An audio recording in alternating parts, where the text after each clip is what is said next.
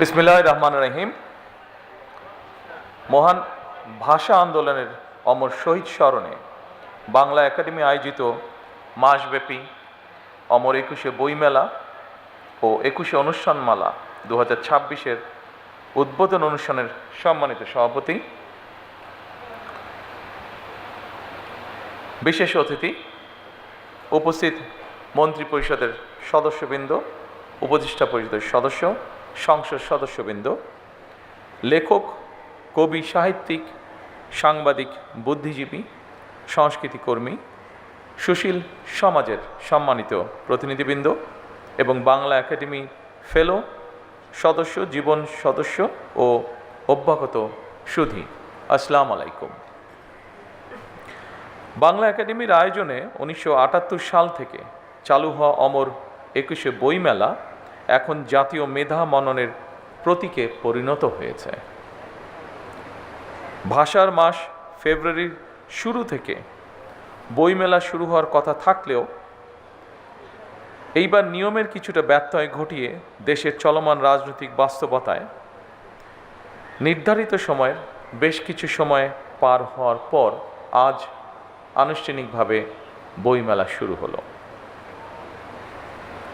বিশ্বের অনেক দেশেই বইমেলার আয়োজন হয়, তবে আমাদের বইমেলা অন্য দেশের বইমেলার মতো নয়। আমাদের বইমেলা আমাদের ভাষার অধিকার আদায় এবং বাংলাকে রাষ্ট্রভাষা হিসাবে প্রতিষ্ঠার স্মারক হিসাবে চিহ্নিত। তবে প্রতি বছর মেলার আকার আয়তন বাড়লেও সেই হারে মনে হয় গবেষণাধর্মী বই প্রকাশিত হচ্ছে কিনা, কিংবা মানুষের বই পড়া অভ্যাস বাড়ছে কিনা, এই বিষয়গুলো নিয়েও বর্তমানে মনে হয় চিন্তা ভাবনা করার অবকাশ আছে। বই পড়ার গুরুত্ব সম্পর্কে নতুন কিছু করে বোধহয় বলার নেই। জার্মান দার্শনিক মার্কুস সিরেরের একটি উক্তি এখানে আমি খুব প্রাসঙ্গিক মনে করি। তিনি বলেছিলেন, খুব সম্ভবত আরেকজন বক্তা মনে হয় একই কথা বলেছেন ওনার বক্তব্যে। মার্কুস বলেছিলেন, বই ছাড়া ঘর আত্মা ছাড়া দেহের মতন। বিজ্ঞানী এবং গবেষকরা বলছেন, বই শুধুমাত্র বিদ্যা শিক্ষা কিংবা অবসরের সঙ্গী নয়, বরং বই পড়া মস্তিষ্কের জন্য এক ধরনের ব্যায়াম।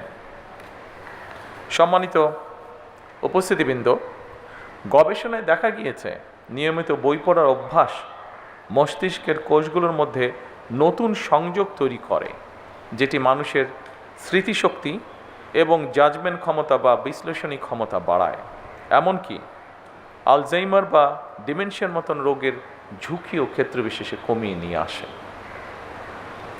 তবে বর্তমান সময়ে তথ্য প্রযুক্তি মানুষের বই পড়ার অভ্যাসে মনে হয় প্রধান বাধা হিসাবে দেখা দিচ্ছে।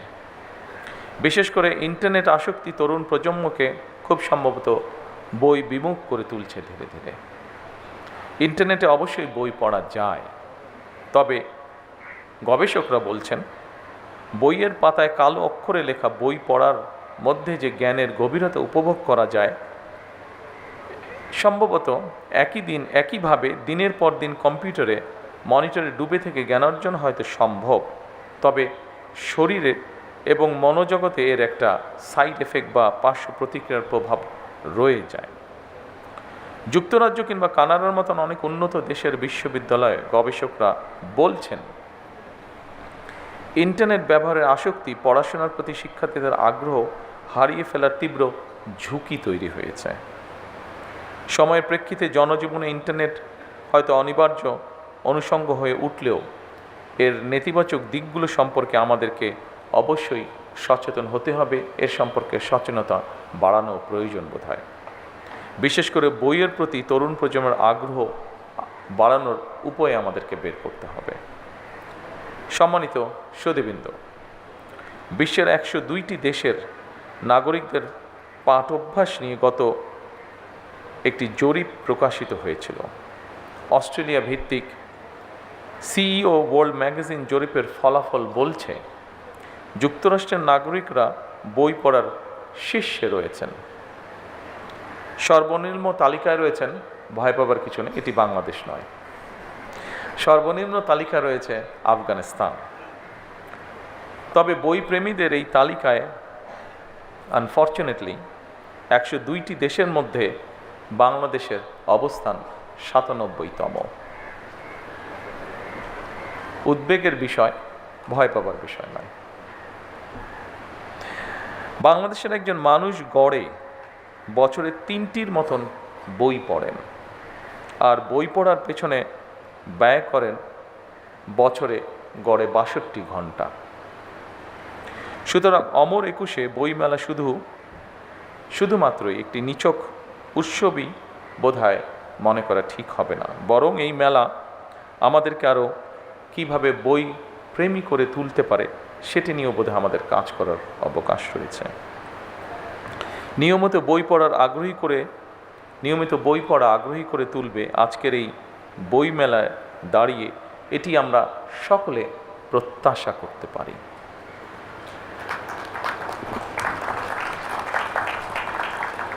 মাতৃভাষার মর্যাদা প্রতিষ্ঠায় 52 ভাষা আন্দোলনে শহীদদের স্মরণে আমরা সগৌরবে প্রতি বছর 21 পালন করে থাকি। দিবসটি এখন শুধু আর বাংলাদেশের নয়, অমর একুশে এখন আন্তর্জাতিক মাতৃভাষা দিবস হিসাবে সারা বিশ্বেই পালিত হচ্ছে।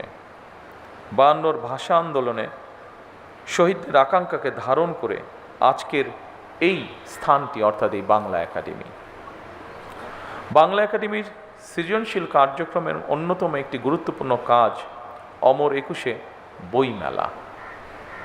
তবে সময়ের পরিপ্রেক্ষিতে আগামী বছরগুলোতে অমর একুশে বইমেলা অমর একুশে আন্তর্জাতিক বইমেলা হিসেবে আয়োজন করার সুযোগ রয়েছে কি না সেটি আমি আপনাদের সকলকে ভেবে দেখার অনুরোধ জানাবো।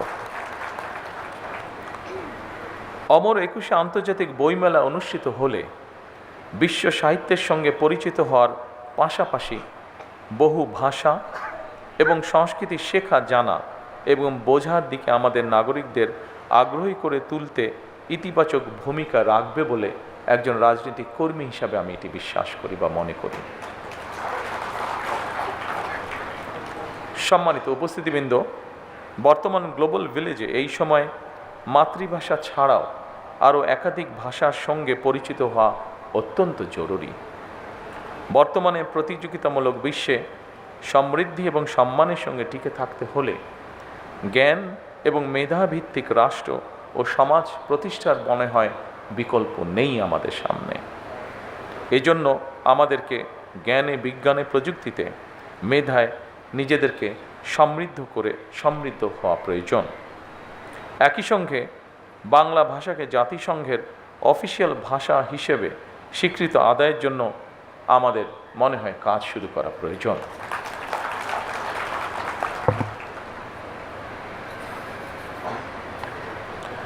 সম্মানিত উপস্থিতিবৃন্দ, ফ্যাসিবাদ মুক্ত বাংলাদেশে জনগণের সরাসরি ভোটে নির্বাচিত হয়ে বাংলাদেশে একটি গণতান্ত্রিক সরকার তার যাত্রা শুরু করেছে। জনগণের প্রতি জবাবদিহিমূলক এ সরকার দেশটাকে জ্ঞানের আলোয় আলোকিত করতে চায়। অমর একুশে বইমেলা কেবল বই বেচাকেনার মেলা নয়, বরং এই মেলা হয়ে উঠুক শিক্ষা এবং সংস্কৃতি বিকাশের সূতিকাগার।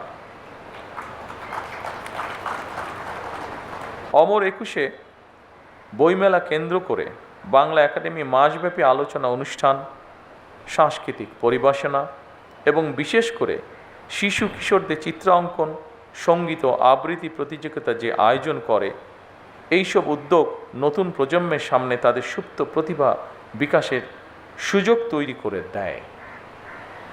এভাবেই বইমেলা হয়ে উঠুক আমাদের সকলের মিলন মেলা, প্রাণের মেলা। বইমেলা শুধু একটি নির্দিষ্ট মাসে বাংলা একাডেমি প্রাঙ্গণ ও সোহরাওয়ার্দী উদ্যানে সীমাবদ্ধ না রেখে বরং সারা বছর দেশের সব বিভাগ, জেলা ও উপজেলায় আয়োজিত করা যেতে পারে। এ ব্যাপারে বই প্রকাশকগণ উদ্যোগী হয়ে ভূমিকা রাখতে পারেন বলে আমি মনে করি এবং সরকারের পক্ষ থেকে যদি সহযোগিতার কোনো অবকাশ থাকে অবশ্যই বর্তমান সরকার সেখানে এগিয়ে আসবে। একই সাথে এই ব্যাপারে সংস্কৃতি বিষয়ক মন্ত্রণালয় আপনাদেরকে নিশ্চয়ই প্রয়োজনীয় সহযোগিতা দিতে প্রস্তুত রয়েছেন। প্রিয় সুধীবৃন্দ, জাতির মননের প্রতীক বাংলা একাডেমি আমাদের তরুণদের মেধা ও মনন বিকাশের জন্য বিভিন্ন পদক্ষেপ হাতে নিয়েছে। এর মধ্যে বিভিন্ন মেয়াদী গবেষণা বৃত্তি, তরুণ লেখক প্রশিক্ষণ কর্মসূচি এবং আন্তর্জাতিক সেমিনার আয়োজন। এ ধরনের উদ্যোগ বাস্তবায়নের মাধ্যমে উত্তর প্রজন্মকে বাংলা ভাষা ও দেশজ সংস্কৃতির মূল ধারার সঙ্গে যুক্ত করার চেষ্টা ভবিষ্যতে আরও সম্প্রসারিত হবে ইনশাআল্লাহ। বাংলাদেশের সমৃদ্ধ সাহিত্য ইংরেজি সহ নানা বিদেশি ভাষায় অনুবাদের কার্যক্রমও বাংলা একাডেমি পরিচালনা করছে। আমি দৃঢ়ভাবে আশা করি এ কার্যক্রম আরও বেগবান হবে ইনশাআল্লাহ এবং আমাদের সমৃদ্ধ সাহিত্যের সঙ্গে বিশ্ব সাহিত্যের পরিচয় আরও দৃঢ় হবে ইনশাআল্লাহ। সম্মানিত উপস্থিতি, এজন্যই আমরা বলি সবার আগে বাংলাদেশ। এই দেশকে সকল প্রকার অন্ধকার ও পশ্চাৎপদতা থেকে মুক্ত করে দল, মত, ধর্ম, বর্ণ নির্বিশেষে সকলের জন্য একটি নিরাপদ, মানবিক, গণতান্ত্রিক বাংলাদেশ গড়ে তুলতে আমি আপনাদের সকলের আন্তরিক সহযোগিতা কামনা করছি। সবশেষে আজকের এই অনুষ্ঠানকে যারা সাফল্যমণ্ডিত করেছেন,